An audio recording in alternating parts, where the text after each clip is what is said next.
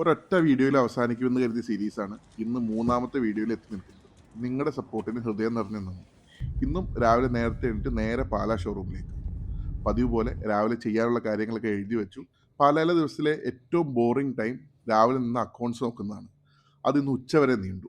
ഉച്ച കഴിഞ്ഞാണ് ആദ്യമായി ഫ്ലോറിലേക്ക് കയറിയത്.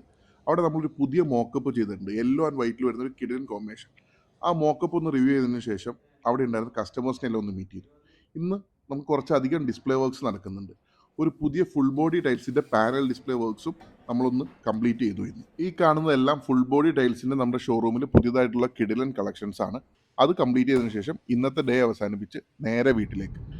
ഇന്നൊരു ഫ്രണ്ടിൻ്റെ മധുരം വെപ്പ് ചടങ്ങുണ്ട്. വീട്ടിൽ ചെന്ന് റെഡിയായി നേരെ ആ ചടങ്ങിലേക്ക് പോയി. ഇതുപോലുള്ള പരിപാടികളുടെ ഏറ്റവും വലിയ ഗുണം പഴയ ഫ്രണ്ട്സിനെല്ലാം ഒരുമിച്ച് കാണാമെന്നുള്ളതാണ്.